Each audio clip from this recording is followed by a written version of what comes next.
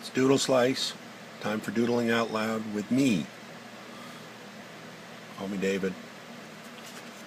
Last drawing I did was unexpectedly short, but sometimes when you're finished with a drawing, you're finished with it. You really shouldn't overwork it. Of course, sometimes you just gotta, you know, um, taking things a little too far. That's kind of part of the fun of being an artist too, but I don't know. Today I'm just feeling like holding back a little bit, bringing a little surprise. Art is a funny thing because sometimes the more interesting things happen from self-imposed limitations. Sometimes the innovation just comes from arbitrarily restricting yourself to certain characters, animals, symbols, color schemes, what have you. But I think discovery is really what I'm all about with these things, and staying open. So you don't need a big set of tools necessarily to have the opportunities for discovery. What you do need is, I think, just a willingness to kind of replay the elements and see where they go. And if you decide something's to your liking, there's no ruling that says you gotta take it further.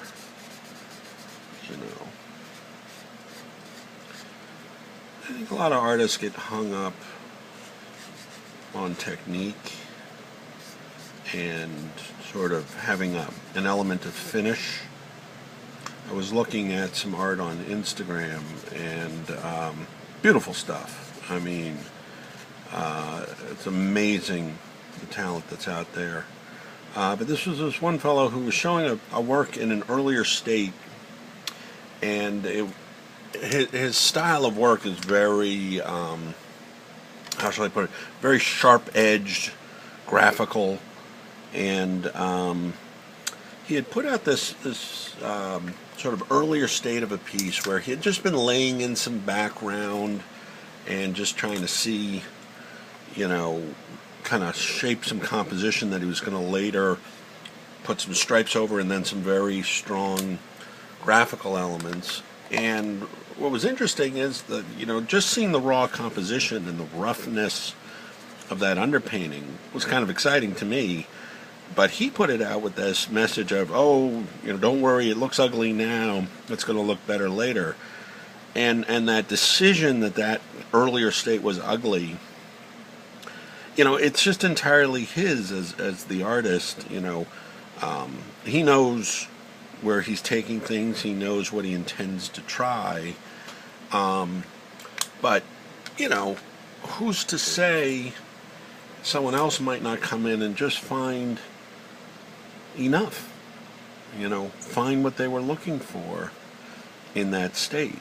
And that's not to deny his, or any artist, I'm not just talking about male artists, but, his, her, anybody's, but this guy happened to be a guy,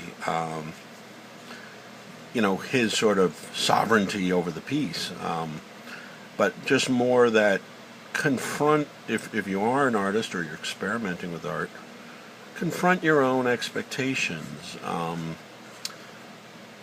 challenge yourself to put something out in a state where you feel a little vulnerable, where you feel like you've revealed something or played with a new idea, just to see what that feels like, just to see what stopping at a different point from where you normally would looks like.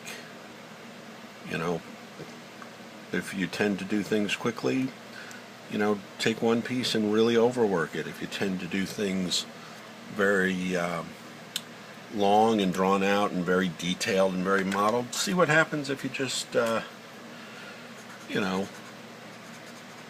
stop it short. Or, throw yourself a curve and try the same technique but with an entirely different tool. So go from a brush to a pen, or etc., and just, see what happens. What's the worst that could happen? You waste a piece of paper or a canvas, you blow through a little paint.